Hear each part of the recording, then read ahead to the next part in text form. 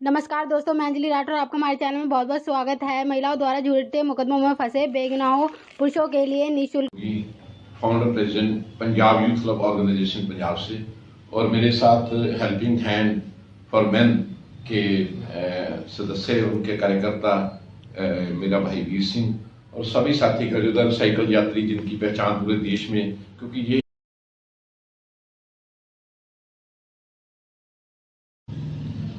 और आपके मीडिया के माध्यम से मैं लोगों को वो घटना भी याद दिला दूं कि जब रोहतक की वो सो कॉल्ड जो झांसी की रानी बनी बैठी थी, उन बहनों ने कैसे वो 3 मां के लाल थे जिनका कैरियर बर्बाद कर दिया, जो फौज में सिलेक्ट होने के बाद अपने घर जा रहे थे, उनके ऊपर झूठा कैसे छेड़खानी का आरोप लगाया और उनके ऊपर कैसे झूठा पर्चा दर्ज हुआ, और कैसे ये हमारे पंगु लीडर उन 3 जो नकली झांसी की रानी उनको सम्मानित करने उनके घर में पहुंच गए।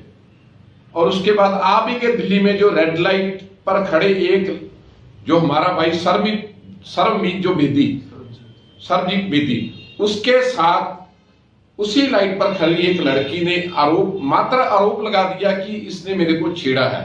और वो लाइट जहां सीसीटीवी कैमरे लगे हैं, सैकड़ों लोग खड़े हैं चारों ओर, और 2.5 साल हो गए उस केस को, झूठे केस को। 2.5 साल से वो लड़का केस लड़ रहा, हर तरीके कोर्ट में जा रहा, और वो लड़की 2 साल से कनाडा में बैठी है। एक भी तारीख पर वो लड़की उस कोर्ट में नहीं आई कि अपनी सच्चाई बता सके, क्योंकि सच्चाई है नहीं, सब झूठ है। और ऐसे सरबजीत एक नहीं, ऐसे लाखों सरबजीत है। वो हमारे आपके किसी के भी भाई हो सकते हैं, बेटे हो सकते हैं, भतीजे हो सकते हैं। सो आज ऐसे कानूनों की आड़ में जो गुंडागर्दी का नंगा तांडव नाच खेला जा रहा, आज घर घर में उसका आतंक है, घर घर में उसकी हाहाकार है। कहने को कल आपका जंतर मंतर पे भी एक प्रोटेक्ट हुआ था। कहूंगा कि कल जंतर मंतर में समस्त भारत की सभी एनजीओ ने, सभी संस्थाओं ने इकट्ठे होकर एक राष्ट्रव्यापी जो धरना दिया था, बड़ा कामयाब और बहुत बड़ा प्रोग्राम था। और वहां भी सभी संस्थाओं ने ये एक राय में अपनी जो बात की कि कब से लेकर हम पुरुष आयोग की बात कर रहे हैं, और आजाद देश में अपनी आजादी की बात करना, अपने अधिकारों की बात करना, ये कोई बगावत नहीं, कोई आतंकवाद नहीं। अगर देश में औरतों के लिए कमीशन है, राष्ट्रीय महिला कमीशन है, स्टेट महिला कमीशन है, उसके बाद बच्चों के लिए कमीशन है, पेड़ पौधों के लिए कमीशन है, यहां तक कि जानवरों के लिए, कुत्तों के लिए भी कमीशन है, और मात्र भारत ऐसा देश है जहां पुरुषों के लिए कोई कमीशन नहीं। और मेरा ये सवाल देश के करोड़ों लोगों से कि देश की आधी आबादी पुरुष, क्या ये इंसान नहीं है? क्या ये कीड़े मकोड़ों से भी बदतर है? क्या ये विक्टिम नहीं हो सकते? क्या ये टॉर्चर नहीं हो सकती? क्या इनको कोई तो तकलीफ नहीं है? या एक फिल्मी डायलॉग जो किसी टाइम अमिताभ ने बोल दिया कि मर्द को दर्द नहीं होता, ये बिल्कुल बात गलत है। दर्द हर इंसान को होता, चाहे आदमी हो चाहे औरत हो, और मर्दों के साथ ही नहीं, उनके परिवारों के साथ। और आज राष्ट्रीय महिला कमीशन में आप एक भी घटना, एक भी केस ढूंढ लाओ जहां उसने सास को या ननद को न्याय दिया हो। एक भी केस ढूंढ लाओ जहां पति परिवार की किसी भी महिला मेंबर को न्याय मिला हो। बड़ी शर्मनाक बात है। और महिला कमीशन कहने को तो महिलाओं के लिए है।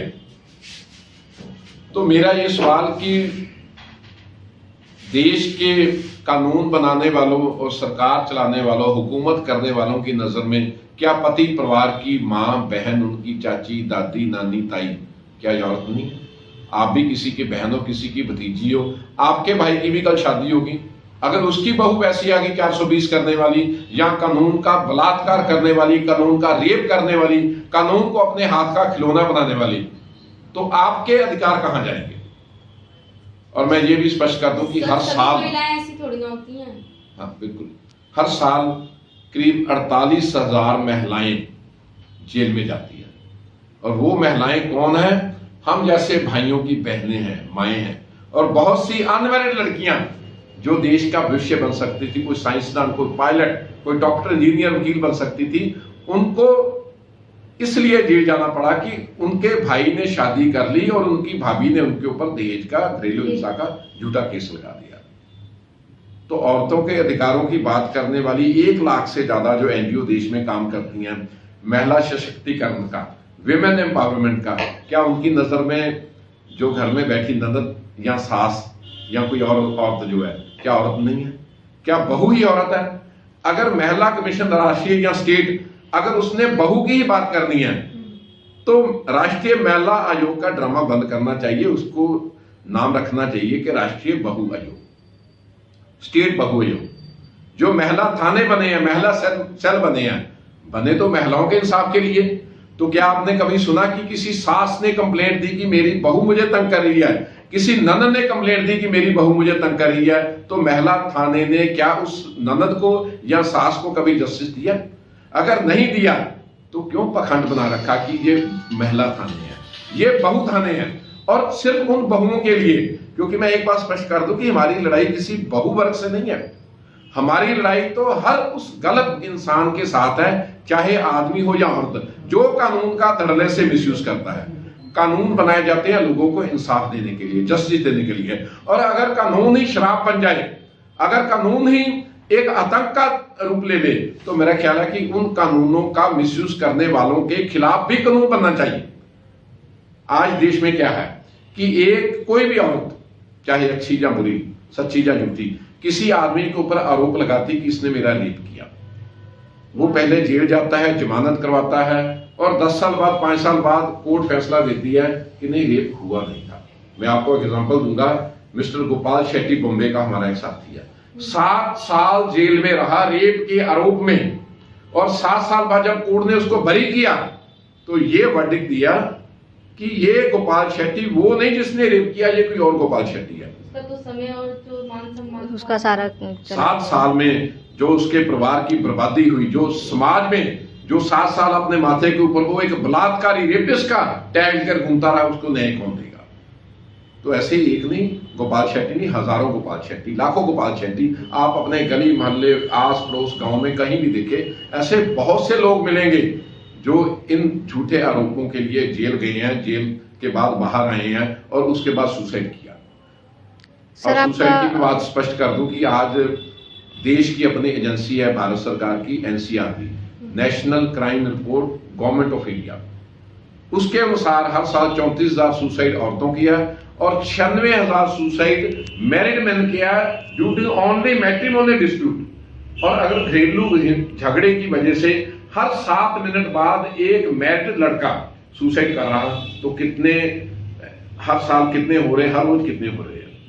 और एक और भी बात स्पष्ट कर दूं, आज कल जो हमारे आर्मी के हैं, एयरफोर्स के मिस्टर अभिनंदन, वो मुद्दा बहुत छाया हुआ है, और उनके बराबर ही एक एयरफोर्स का और अफसर है, स्क्वाड्रन लीडर, उसने अभी कल परसों सुसाइड किया। तो मोदी जी आपसे ये सवाल मीडिया के जरिए, क्या वो अभिनंदन और इस अभिनंदन में कोई फर्क है? ये भी आर्मी का, ये भी एयरफोर्स का, इसने सुसाइड कर लिया अपने ससुराल और अपनी पत्नी के जो आतंक से, उनके जो टॉर्चर की वजह से सुसाइड किया। क्या इसके इंसाफ के लिए इधर बोट क्लब में या जंतर मंतर पे कोई कैंडल लेकर नहीं आएगा? देखिए, जहां इंसाफ की बात होती है, यहाँ औरत या आदमी की बात नहीं, बराबर है दोनों। और कानून ने अगर बराबर का दर्जा दिया तो आदमी को इंसाफ मिलना चाहिए। ये कुछ मुद्दे जिनको लेकर हम ये मूवमेंट चला रहे हैं। कल का हमारा जो धरना आपने देखा, सभी लोगों ने, पूरे देश ने देखा कि कैसे हजारों परिवारों के छोटे छोटे बच्चे, आप देखते 5-5, 6-6 साल की बच्चियां आई हैं जिनके अपने किसी के मामा, किसी का चाचा, किसी का ताया जेल में पड़ा है, वो उनके जस्टिस के लिए वो भी आई है।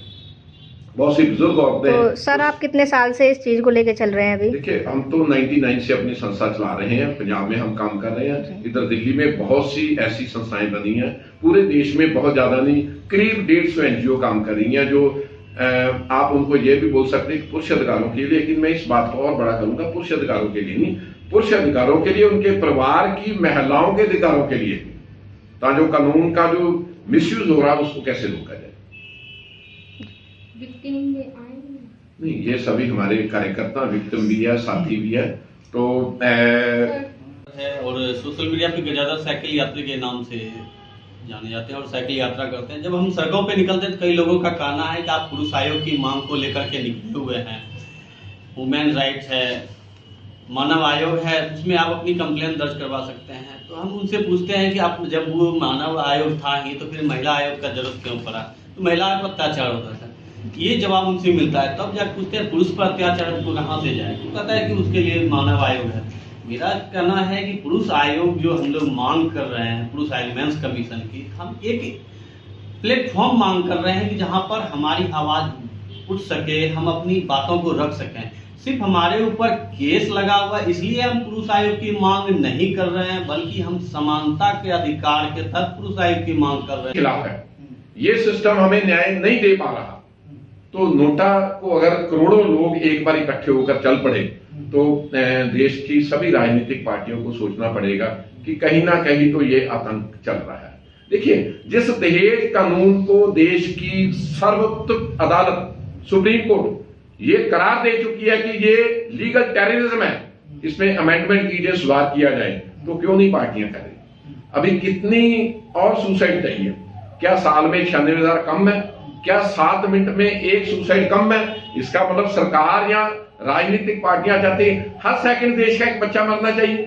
देखिए, जब एक आदमी सुसाइड करता है तो एक सुसाइड से कितने लोग बर्बाद हो रहे हैं, उसके बच्चे यतीम हो रहे हैं, उसके मां बाप जिनका इकलौता सहारा वो यतीम हो रहे हैं, लाखों देश की बहनें जो हर राखी को अपने भाई की इंतजार करती हैं, लेकिन वो भाई कभी नहीं आएंगे क्योंकि वो उस दुनिया में चले गए इस कानून की वजह से।